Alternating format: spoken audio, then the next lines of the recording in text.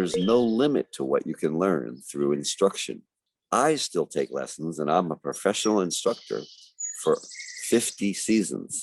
And I still learn every single year, and I get better every single year. And so if I feel that at my high level, I can improve still, then if you're a beginning skier or even an intermediate skier, you should take as many lessons as you can afford and have time to take. A beginner should take lessons until they're very comfortable and confident skiing all the green runs of the mountain. To be able to ski the blue runs or intermediate runs, you should take some more lessons and learn how to parallel ski and pole plant. And then when you get to the advanced level, you can take as many lessons as you can and be able to handle anywhere on the mountain.